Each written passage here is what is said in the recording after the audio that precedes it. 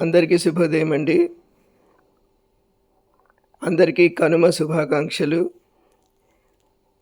భోగి, సంక్రాంతి, ఈరోజు కనుమ మూడో రోజుకి వచ్చింది సంక్రాంతి సంబరాలు. ముఖ్యంగా కనుమ రోజున గోమాతని పూజించుకునే రోజండి ఇది రోజు. చక్కగా గోమాతకి పసుపు కుంకం రాసి గోమహాలక్ష్మి అంటారు. చక్కగా అలంకారం చేసి గోగ్రాసం కింద మనం ఏదైనా ఇవ్వడం అనేది మంచి యోగదాయకం అండి. ఈ విధంగా మన ఇళ్లలో లేకపోతే ఎక్కడైనా గోశాలకు వెళ్ళినా గోమాతని పూజ చేసుకోవచ్చు కదా. ఆ విధంగా చేసుకుంటే చాలా మంచిదండి. అలాగే ఈ కనుమ రోజున గారెలు తినాలి అంటారు. ఆ విధంగా చక్కగా చేసుకుని నైవేద్యం పెట్టి దేవుడికి మనం కూడా తినడం అయింది. తర్వాత ఒక శివక్షేత్రానికి వెళ్ళడం జరిగింది. ఆ శివాలయం గురించే ఇప్పుడు చెప్తున్నాను చూడండి. ఇది కోటి శివలింగాల గుడి అని చెప్పి అంటారు. ఈ కోటి శివలింగాల గుడి గుంటూరు జిల్లా తాళాయిపాలెం అనే చోట ఇది ఉన్నదండి. చాలా పురాతనంగా ఉండే ఈ గుడి ఈ కోటి శివలింగాల గుడి అని ప్రసిద్ధి చెందింది. కింద అయ్యవారు ఉంటారు, పైన అమ్మవారి గుడి అన్నమాట. తర్వాత ఈ ప్రాంగణం మొత్తం అసలు శివలింగాలే.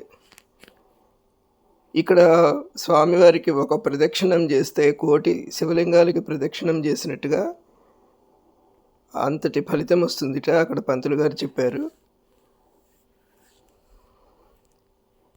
ఇక్కడ ఈ ముఖద్వారం నుంచి లోపలికి వెడితే ప్రధానంగా ఇది శివక్షేత్రం. శివుడు ప్రధానంగా ఉంటాడనమాట. ఎక్కడ చూసినా శివలింగాలే, అన్ని జ్యోతిర్లింగాలు, నందులు, ఎక్కడ చూసినా నంది ఒక శివలింగం. అలాగా చాలా విశేషంగా ఉన్నదండి ఈ గుడి. ఇవన్నీ జ్యోతిర్లింగాలు అన్నమాట. ఆ పైన అలా పేర్లు రాసి పెట్టారు. అలా ఒక ప్రదక్షిణం చేసి మనం ఇట్లా లోపలికి వెళ్ళినప్పుడు ఇది నంది మహాకాళ, తర్వాత ఇది భద్రకాళి సమేత వీరభద్రస్వామి ఇలా ఉంటారనమాట. తర్వాత శివుడు, తర్వాత అమ్మవారు. చాలా కళకళలాడుతూ చాలా బాగున్నదండి గుడి. స్వామివారు ఇక్కడ 4 ముఖాలతో ఉంటారన్నమాట. ఇది కోటిలింగేశ్వర స్వామి తూర్పు ముఖం, అలాగే పశ్చిమం, ఉత్తరం, దక్షిణం. ఇలా మనం ప్రదక్షిణం చేసేటప్పుడు 4 ముఖాలు ఉంటాయన్నమాట స్వామికి. ఇది చాలా విశేషంగా చాలా చాలా బాగుందన్నమాట. తర్వాత అదే ప్రెమిసెస్లో ఈ శ్రీచక్రం, అమ్మవారు, తర్వాత ఆవిడ సన్నిధిలో, అమ్మవారి సన్నిధిలో మొత్తం మళ్ళీ శివలింగాలు, క్షీర లింగం, అలాగే వాయులింగం, ఇట్లాగనమాట. అన్నీ అసలు దాని పేర్లు రాసి పెట్టారు. చాలా విశేషంగా అనిపించిందండి ఈ గుడి చూస్తే. ఇక్కడ శివరాత్రి టైంలో, కార్తీక మాసంలో చాలా పెద్ద గుడి అనమాట. చాలా విశేషంగా పూజలు జరుగుతాయట. మీరందరూ కూడా ఎప్పుడైనా అవకాశం ఉన్నప్పుడు తప్పకుండా మీరు దర్శించుకోదగ్గ గుడి అండి, చూడదగ్గ గుడి. కృష్ణా జిల్లాలో తాళాయిపాలెం అనే చోట ఉన్నదన్నమాట. తప్పకుండా చూడండి మీరు కూడా అవకాశం వచ్చినప్పుడు. అలాగే ఈ మట్టితో చేసిన శివలింగాలు అవి 1,000,000 చేస్తారటండి. 1,000,000 చేసినవి ఈ గుడి కడుతున్నప్పుడు వాటికి అండర్ గ్రౌండ్ అంటారు కదా, అంటే ఏంటి, లోపల ఫస్ట్ పునాది వేసేటప్పుడు ఈ 1,000,000 లింగాలని అక్కడ పెట్టి వాటిని ప్రతిష్ఠ చేసేస్తారట అక్కడ. అంటే దాన్ని భూమిలోనే స్థాపితం చేస్తారనమాట. చేసి దాని మీద ఈ గుడి కట్టారనమాట అని చెప్పారు పంతులు గారు. తర్వాత ఈ పైన విగ్రహాలు, ఈ శివలింగాలు మొత్తం ప్రతిష్ఠ చేసినవి. అందువల్ల ఒక ప్రదక్షిణ చేస్తే ఇది 1,00,00,000 శివలింగాలకి ప్రదక్షిణ చేసినట్టు అనమాట. అంటే మనం పైన చూసేవన్నీ 1,00,00,000 ఉన్నాయా అనుకుంటాం కదండి, అలా కాదుట.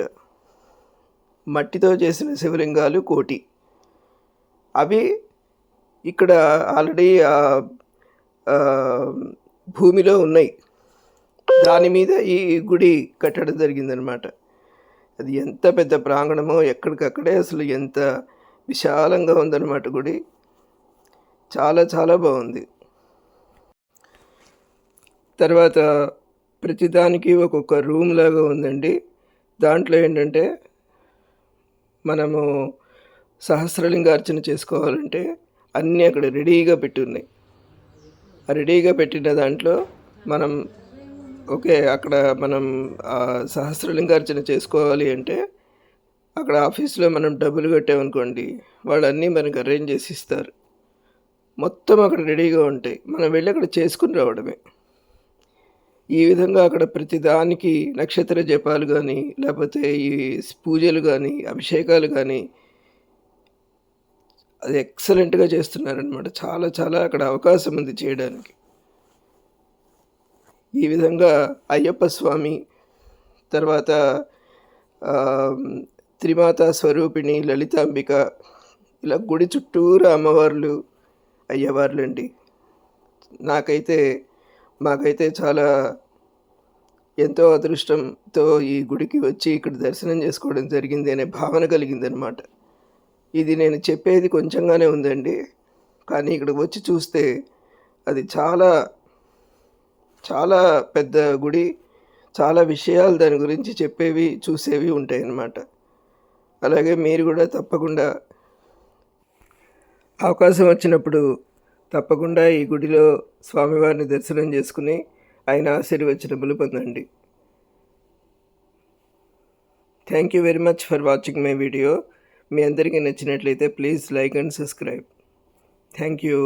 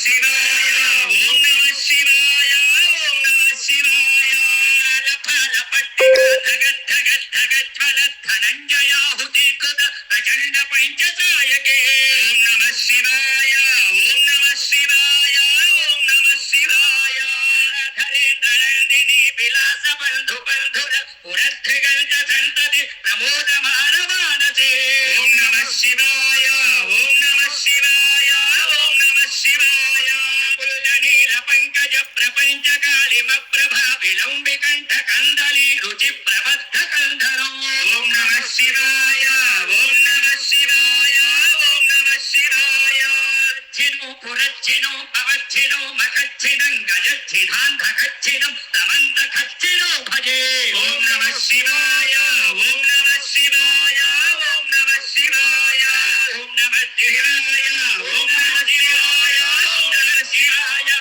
ఓం నమః శివాయ ఓం నమః శివాయ ఓం నమః శివాయ ఓం నమః శివాయ ఓం నమః శివాయ ఓం నమః శివాయ పార్వతీవతయే ఏమండి వాళ్ళు చాలా మంది స్వామిని అర్చిస్తూ ఉంటారు. మన గొంతు కూడా ఆయనకి వినబడాలి. గట్టిగా చెప్పండి హర నమః పార్వతీవతయే.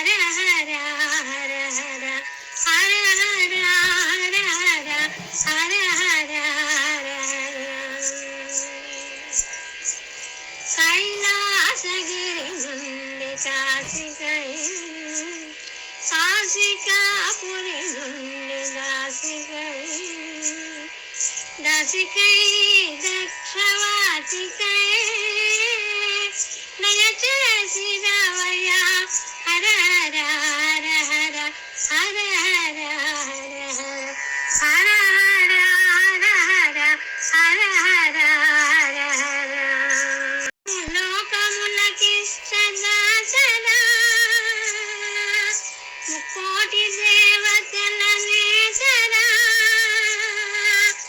లోకములకిష్ట జాతరా వెలిబోడి పోతరా మహాస్ఫటిక లింగోత్సవం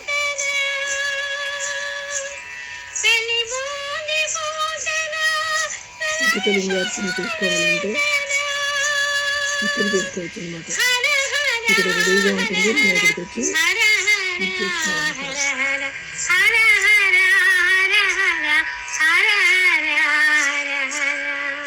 స్తోత్ర భావనగా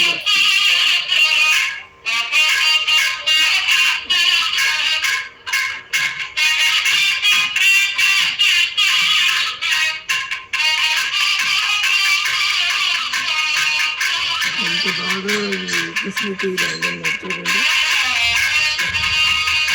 ఇక్కడ చేస్తారు ఆఫీస్లో మనీ పెడితే అన్నీ రెడీగా ఉంటాయి.